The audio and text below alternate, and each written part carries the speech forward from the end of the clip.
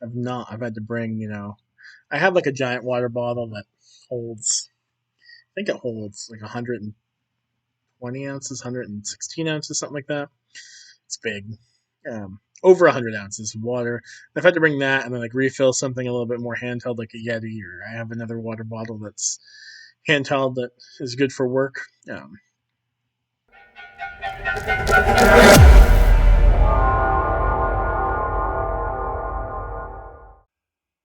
Ladies and gentlemen, boys and girls, children of all ages, for the first time since the last time, it is that time, right about that time, for your favorite Pokemon challenge in mind. My name is Sebastian Todd III. You may call me SD3, and this is LeafGreen, Randomizer Nuzlocke, episode 5, series number 2. And if you are enjoying your time here on the channel, please hit the like button, subscribe, and hit that bell to be notified when these episodes go up. We're going to start episode 5 with a quick team recap. As we do every episode, we start off with our level 23 Quilava. His name is Brodekan. He has Clear Body. He has the moves. I hit the wrong button. Quick Attack, Leer, Smokescreen, and Ember. We have Taz, our level 22 Omanite with Pressure, Water Gun Withdraw, Giga Drain, and Bite. And we have Patrick 2, the level 17 Armaldo with Sandstream, Scratch, Harden, Mud Sport, and Water Gun. The move set there. And we are going to go to the mart first thing. Here in this episode, we're going to get some encounters, we're going to do some battles, we might be able to get a gym battle in. That is kind of the game plan for today. Let's sell before we buy. Sell before we buy, because we have full salt, which I don't even know what that does. We have a nugget. We don't really care about the critical hit ratio. We'll take a little extra money. We'll sell the rare candy. I know it could come in handy, but we can sell the revive too. Almost missed that. Sell the revive. What else? What else? I don't think we're selling any TMs. Yeah.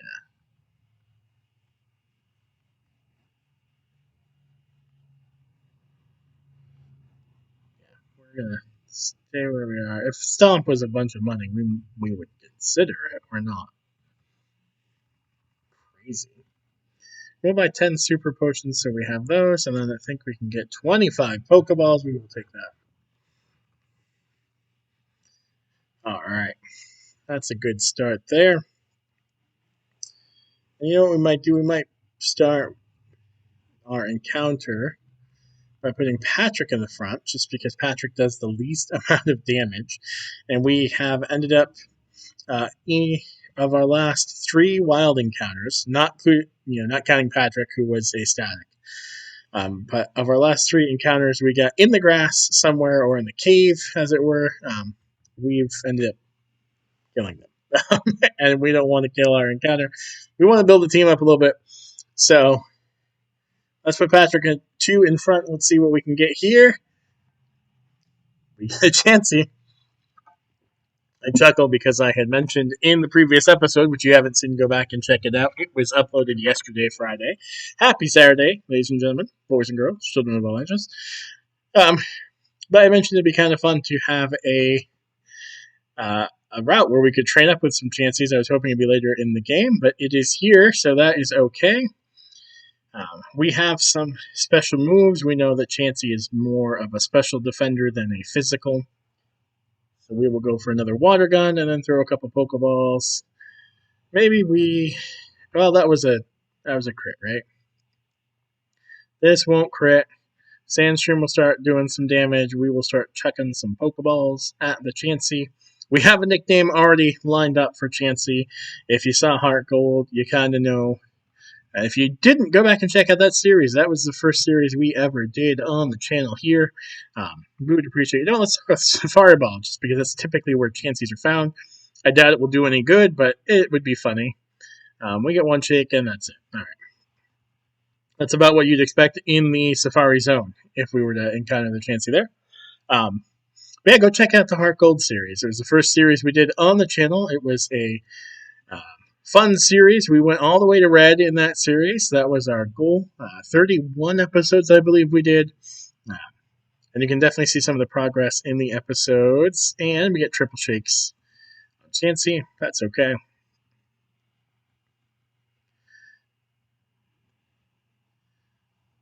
The Sandstream will keep wearing down the Chansey a little bit here. Hopefully we can get the Chansey before the Sandstream takes it out. Yeah, I think it was a decent series. It was a good first series. Let's say it that way. Probably not the best series on YouTube, but we're not trying to be the best series on YouTube. We're trying to be the best series we can be. And I think for where we started in Heart Gold to where we're at today in LeafGreen, you can see a ton of improvement in terms of, at the very least, hopefully the editing. We have a layout for the first time ever.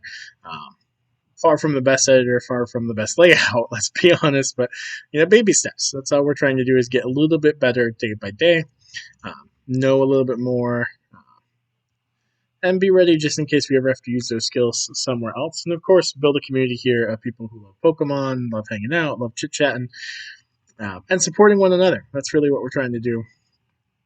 We just support each other in our daily ventures. We'd like to support Chansey. We'd like Chansey to support us. We'd love to be a team. And I think we only get really one more shot at this with Chansey. Maybe two if we're lucky, but I doubt it. Chansey does not seem to want to join the team. Let's see if she lives the Sandstream.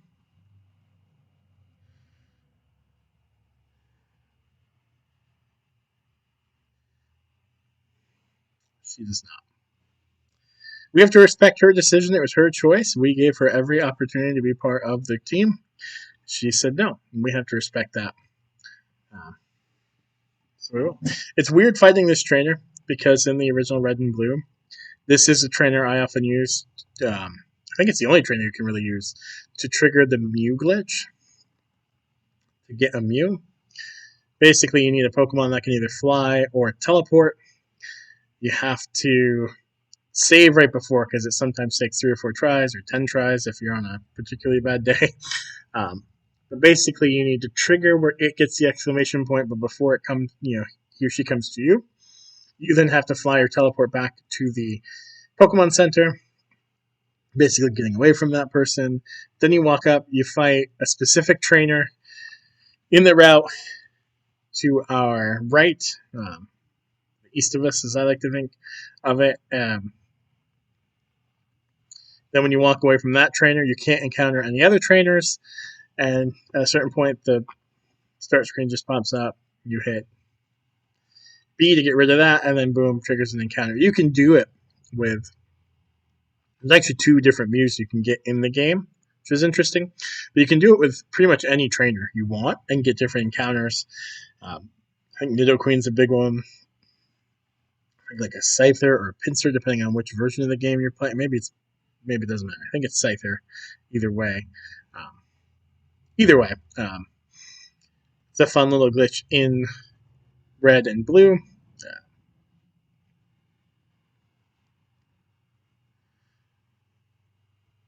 There's another couple glitches. In order to beat the game, you either have to trade Pokemon in, or there's another glitch. I don't remember all of the details, but something with a Ditto and getting the right encounter so that like the certain EVs, IVs level things match up, and then you can trigger an encounter with a Pokemon that isn't typically in Blue or isn't typically in Red. Of course, we all know about the cheat, or the glitch is not a cheat, but where you get the Missing Go, and by triggering the Missing No event, you can power up your, or not power up, but like get 999 or whatever it is, 100, a bunch of rare candies, a bunch of Master Balls. It's a 6 slot in your bag, etc. So this is, I'm 99% sure, a new encounter. So let's see if we can get an encounter here. Otherwise, we're going to be battling to the right here for a long time. It is a Scizor. So the good news is, being Steel, our Sandstream should not hurt the Scizor. It might hurt us if it has any kind of a steel move like a metal claw or a bullet punch. Bullet punch, easy for me to say. But this should be catchable. We're going to try for sure, because we would definitely take a Scizor on the team.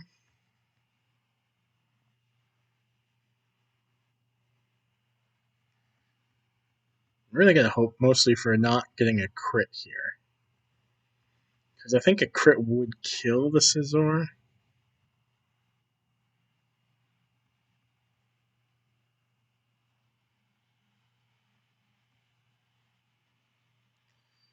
This is a risk, but we've been risky this whole series. We've only got 3 Pokemon, so go big or go home. It paid off. Scizor's in the red. We just check some Pokeballs now and pray. That's all we can do. Guess we have 34 Pokeballs. We can take a handful of hits. We got potions. We got super potions. Let's see if we can't get ourselves a 4th member of the team. And a Scizor at that would be phenomenal on the team.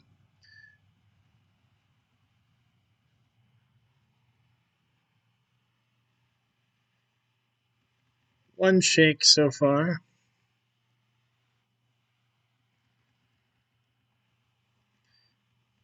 So we went for the pursuit, but we're not going to be switching out. We can take hits. We can take the Sandstream. It won't affect us. It actually wouldn't affect... Okay, so there's no Steel-type moves, so we're fine.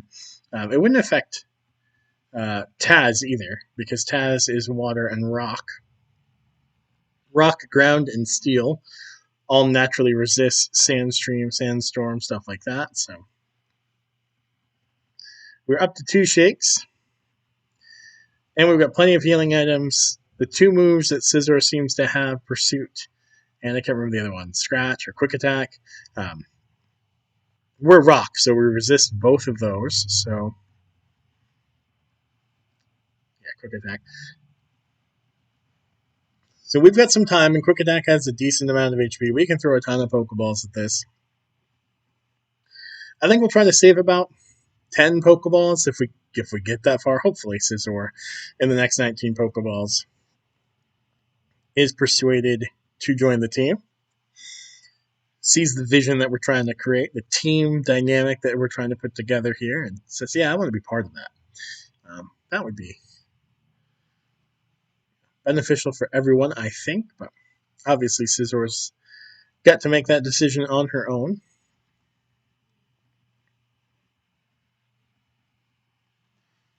And I don't think I've said this yet in episode 5, but drink your water. A reminder. I'm not sponsored by Yeti. I'm not sponsored by water itself, but definitely drink your water. Water is important. It is good for you. I have my set goal for water every single day. So one of the cool parts I found out about the new job that starts on Monday is that we have the water bubbler, I guess. Not really a water bubbler, but like a fountain of some sort where we can refill our water bottles. 3 shakes, Scizor teasing us a little bit more there. But previous jobs I've had, I've had to bring, I have like a giant water bottle that holds, I think it holds like 120 ounces, 116 ounces, something like that. It's big. Over 100 ounces of water. I've had to bring that and then like refill something a little bit more handheld, like a Yeti, or I have another water bottle that's handheld that is good for work. But having an option there to be able to refill without having to carry around like, over a gallon of water is is nice. It's nice to have that option. So excited about that. Just little ancillary benefits of a job like that, small things.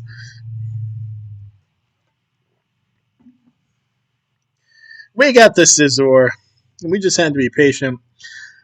Scizor had a lot of good questions for us about where we saw ourselves going, so definitely worth the wait. And we're going to name this after another follower, subscriber, And as I've said before, I can't see all the subscribers. If you are private, which is fine, don't unprivate yourself just so we can see who you are. But I can only see you if you are public. But Denny P67 is a follower, and I'm pretty sure we tried to name someone after her originally. So we're going to name this Denny. Actually, you know what? Let's do this. Denny P67 .2. There we go. And we'll try to keep this Denny P67 alive, unlike the first time when we did not. Or in the first series, where spoiler alerts if you have not watched that series. Please watch that series before this. But Denny P67 was an MVP, longest tenured member of the team. She was our Sudowoodo encounter. She was a Rhyhorn when we met her, became a Rhydon with Water Absorb. And we had run into a Rhyperior. We had a Protector the whole time, but we ran into a Rhyperior who had Moldbreaker. We were like, Moldbreaker Rhyperior is nice, but Water Absorb Rhydon is even nicer. So Denny P67 really kind of carried the team, was an MVP, was the closer, and then, unfortunately, at the very end, in the finale, Denny P67 was brought down by a weaker Nidoking who got a critical hit on, I think it was Earth Power that took us down. So we ended up losing Denny P67 right at the very end. It was sad to say the least, but hopefully this Denny P67 will be on the team for a long time and be a valued member. As much as the other one, we should take the experience share off of Patrick 2 and put it on Denny P67 2.2. I say 2.0, but we didn't have room for 2.0 on either of these.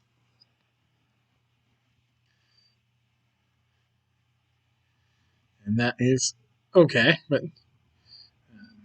maybe we'll do that after this battle. But we have a fourth member. We haven't had a fourth member of the team since episode 1. So we've gone all of episodes 2, 3, and 4 with just the 3 of us rocking out. Well, 2 of us for a couple of those episodes. So nice to get a fourth member on the squad. And nice to have a Scizor. Another strong Pokemon, fully evolved. Really, the only Pokemon we don't have fully evolved yet is Omanite, but Taz will get there, I think, around level 40-ish. So, and at this rate, that'll be around the 3rd gem.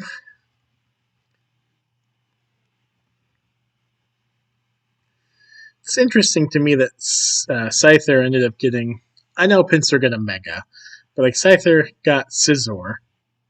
But Pinsir never got any real love outside of that. And then Legends Arceus, we get the Rock and Bug type, which I can't even remotely think of the name of right at the moment. We'll switch. But Pinsir only gets the Mega. Be kind of interesting to see a Pinsir. I don't know if it would be Steel and Bug, kind of like Scizor, Rock and Bug. I think Fighting and Bug would make sense because Pinsir has so many fighting moves. Which I think is what the Mega was, but oh boy. We don't like seeing this because of explosion, self-destruct, all of the above. We do resist because it's a normal move and we are rock. We do have Water Gun, which is not stab for us. Regirock is cursing on our channel. We don't curse on the channel. Not that we are against cursing, but we just want to include everybody. I definitely curse in real life much more than I curse on the channel so far. Wow. Oh, because we're part bug. So we are not going to risk Patrick here in this battle. We are going to switch in Taz. I forgot that. Well, I knew that Rock was super effective against Bug, but I kind of thought Rock might resist Rock. That still did a ton of damage to us. This is not great. But Water Gun is stab on Taz, so this might do more damage. We are higher level. It does. It takes down Regirock. I think that was the only Pokemon this Hiker Wayne dude had. I do like the backpack Hiker Wayne had. That gray backpack is pretty clean. We're going to heal up. We don't want to use up all the potions and stuff like that. I'd rather save those for an emergency. But yeah, that Regirock did some damage to a couple of our Pokemon there. So better safe than sorry.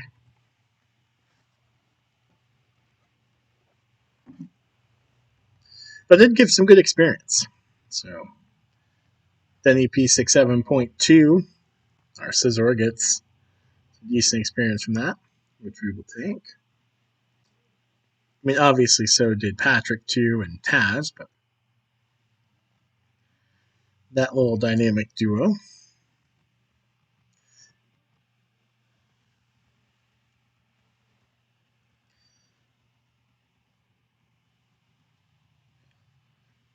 Two more Pokemon. Smeargle. I talked about this before. Smeargle is a Pokemon that has an interesting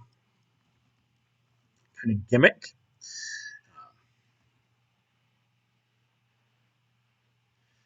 Can't sketch until we've done it.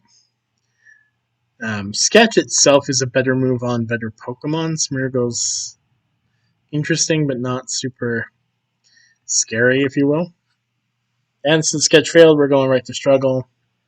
Sad for the Smeargle. Yeah, I've never done any kind of like sketch strats with anything before, so not sure that I would. We get another level on Denny P67.2. Spearow comes in. Here again, it'd be nice to have a rock move on either Patrick 2 or Taz, but we will make the most of what we've got.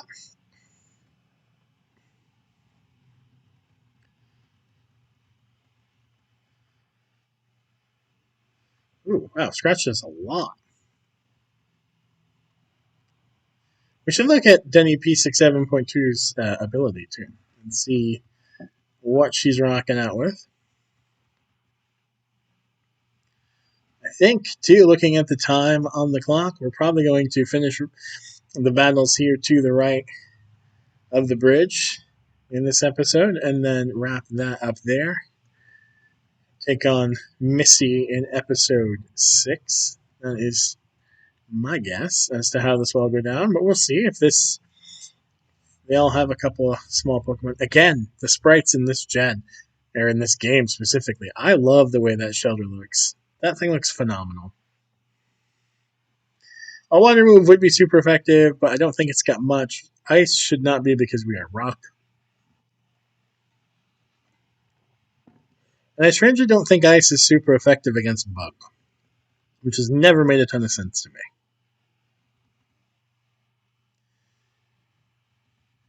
We did not somehow beat it with the scratch, but the Sandstream will take it out. Right there. Kaboom.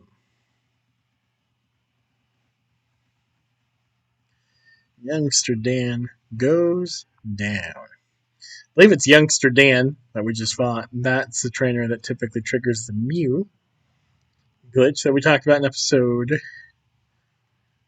4. Starmie comes out. Again, a water type move. Could do decent damage to us. So you know what we're going to do is we are going to switch into P67.2. We'll often refer to this probably just as Denny P67. I don't think water is super effective against steel. It is not. It still did a good amount of damage, so we want to be careful. I also know Denny P67.2 has Pursuit, which should be super effective against Starmie. It is, but wow, it really didn't do anything.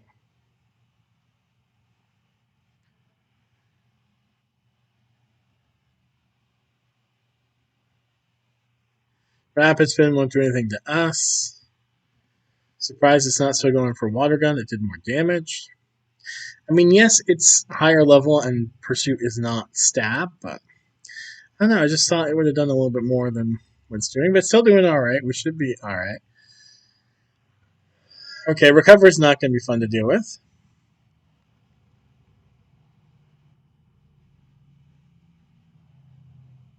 I think in this case, because of Recover, which I didn't even think of, we are going to switch out to Taz and see if Bite can do more, because Taz is 7 levels higher. I believe Bite is a slightly stronger move than Pursuit. Rapid Spin still won't do much of anything. Water Gun would, because we are Rock. But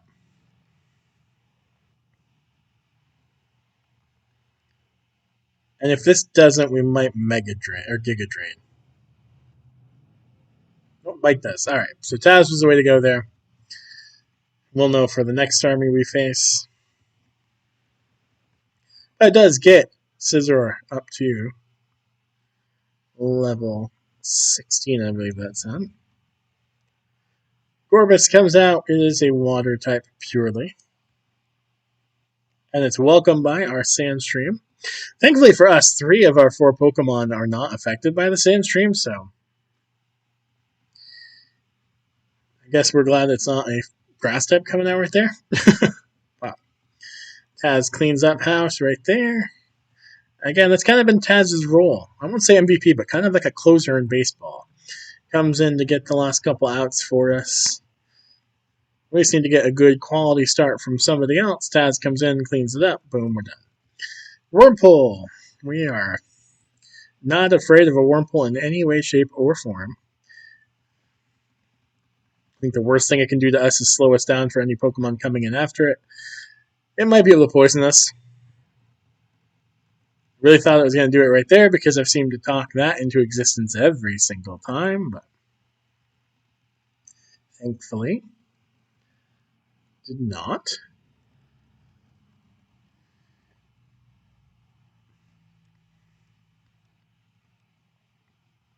Yep, no. We will bring in the close a little bit early. In baseball, the save comes if you get the last 3 outs or last 4 outs, 10 outs, whatever you need to do. But if you're basically in the last couple outs and you have less than a 3-run lead or less, so 1, 2, 3-run lead, or if you get the last 9 or more outs, not counting having started, or being the pitcher of record when you take the win. But theoretically, you could come in and pitch innings 7, 8, and 9, get 9 outs. If you have like a 7-run lead, you can get the save.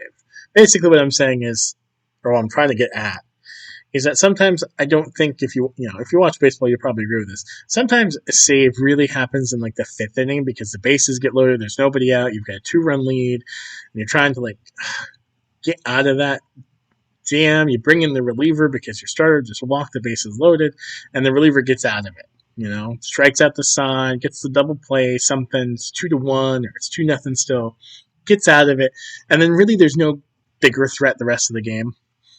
This happens a lot. I think there should be some kind of like, ooh, yes, we want false swipe. Let's get rid of focus energy for false swipe because that's going to make catching Pokemon even easier. And I wonder if we can get Grass Whistle on NEP 6.7.2 because that would only make things easier for catching Pokemon. Heck yes. But yeah, sometimes it's, you get in that bases loaded jam in the 5th inning and the 6th inning. That's the big threat. That's where the save should come in, I think. I think there should be some discretion for the scorers. If they can kind of say, yes, that could or shouldn't be an error, I think the scorers can kind of say, hey, that should have been a save, that shouldn't have been. But that's my 2 cents on baseball in general.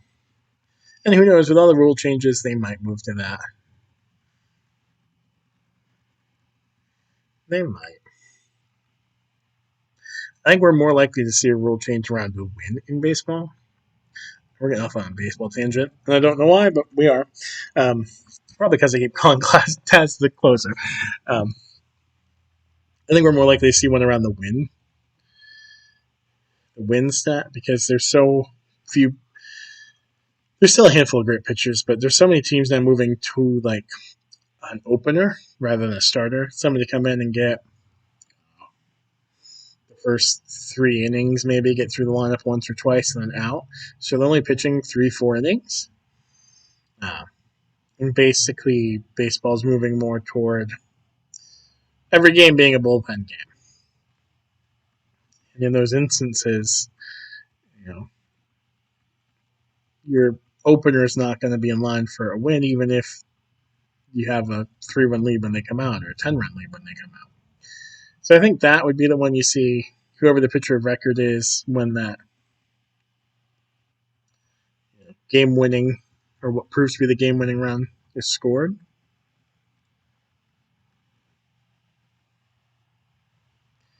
That would be my guess. If we're going to change any stat, that would be the next one, I think.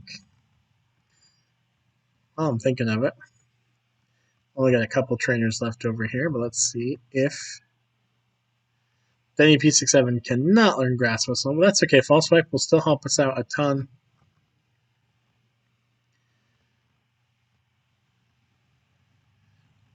Two more trainers. So we're going to be a little bit more than the 30-minute mark, but that's okay. We'll get through these 2 trainers, leave the gym for episode 6.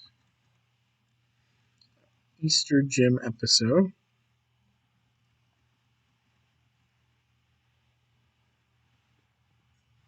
Scratch, not very effective.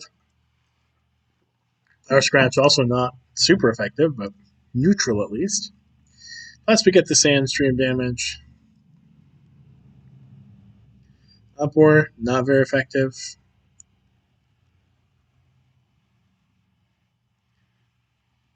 Decent damage from Scratch. Should be one more hit, and we take down the Vigoroth.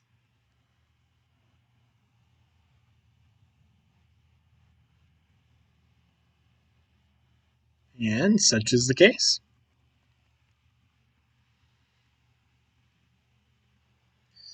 Dragonair. Now, if Dragonair has Dragon Rage, we are probably screwed. And it probably does all the way up here at level 14. But we're not going to think too much about that. We're just going to go on the offensive and hope that maybe 2 scratches can take it down, since we've got 48 health points and Dragon Rage only does 40. I will also say, too, I talked a lot about sprites. Dragonair, who we take down right there, is one of my favorite Pokemon in terms of the way it looks. It is adorable in the early gens. It's adorable all the way through. It's just really cool. I wish it was as strong as Dragonite. I know with the Eviolite it kind of can be, or closer, but I just love the look of Dragonair. Arguably my favorite dragon Pokemon in terms of aesthetics. Arguably. Poliwhirl comes out. We are a little bit afraid of Water Gun. Let's see how much damage this does. We are 6 levels higher. Not enough to scare us. Oh, especially now that it's not going to be a water type stab for Poliwhirl, which is convenient for us.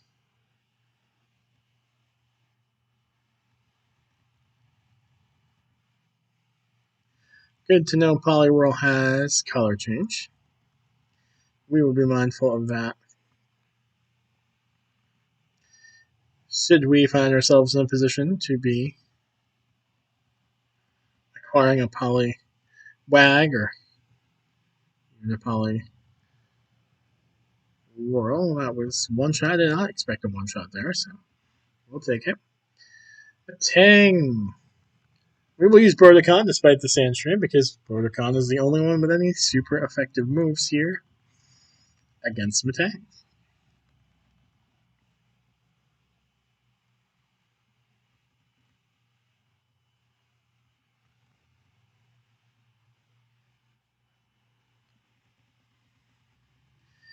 And it's just one shot to take it down. Brodekan comes in for the close on this one.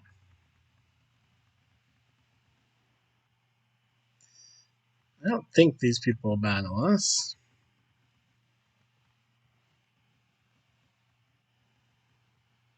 They do not. I don't think there's anything else to do over here. We'll get Bill done just so it's done and we're here, and then we will wrap up the episode, take on the gym in episode 6, get some more encounters, and make our way toward the SSN. If we do it right, I think the SSN can be its own episode. We'll take on all the trainers in there. There's a rival battle. I think in the next episode we do the gym, we get some encounters, we make our way south. Handful of trainers there. Handful of encounters. I think we can definitely make an episode out of that. And then the SSN, its own episode, I guess. There's the SSN ticket.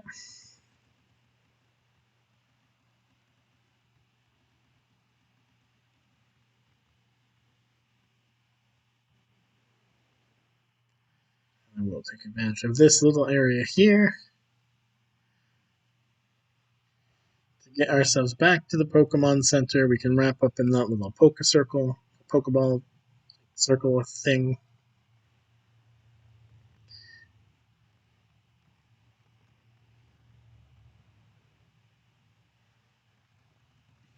Run into the building a couple times.